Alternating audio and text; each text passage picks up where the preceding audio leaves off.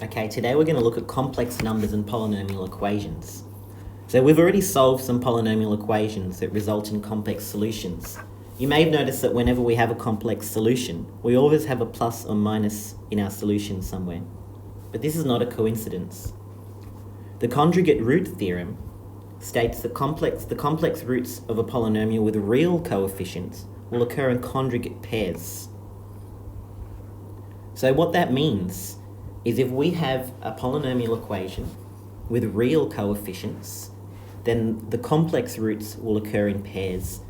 So with a quadratic equation with real coefficients, this means there's only two roots. This means that the conjugate root theorem applies. What is its other root? And the answer is 2 minus 4i. And what is this equation? Well, it's just z minus 2 plus 4i, z minus 2 minus 4i, and that's its equation. How many real roots can a polynomial of degree 3 have if one of its roots is 1 minus 3i?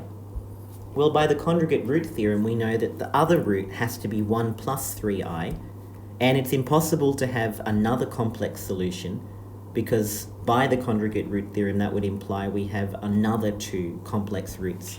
So it can only have one real root. Our real solutions don't have to occur in pairs.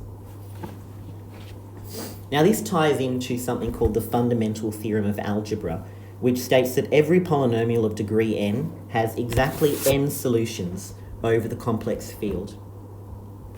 So we can use the factor theorem to show that z minus I is a factor of this expression. So I've written as a note that the factor theorem works in complex numbers. So if we call this p of z, then p of I would be I cubed plus 2i squared plus 3i. Now I cubed is minus I squared is minus 1 times 2i is minus 2i plus 3i. So we've got 1 minus 2 plus 3 is 0, so therefore z minus I is a factor. Now by the conjugate root theorem, there is not necessarily going to be roots occurring in conjugate pairs. Why? Because there is complex coefficients here. Okay, factorize z cubed plus 1 over the set of complex numbers. You've seen in the holiday homework I set for you that this can be factorized to be z plus 1, z squared minus z plus 1.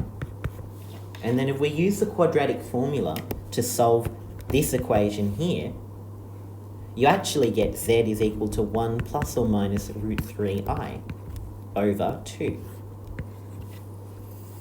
But we want to factorize this, so what I would be doing is saying 2z equals 1 plus or minus root 3i, which means 2z minus 1 plus root 3i is a factor, and 2z minus 1 minus root 3i is a factor, and we also know 1 is a factor, or negative 1, so z plus 1, and that's that factorized there.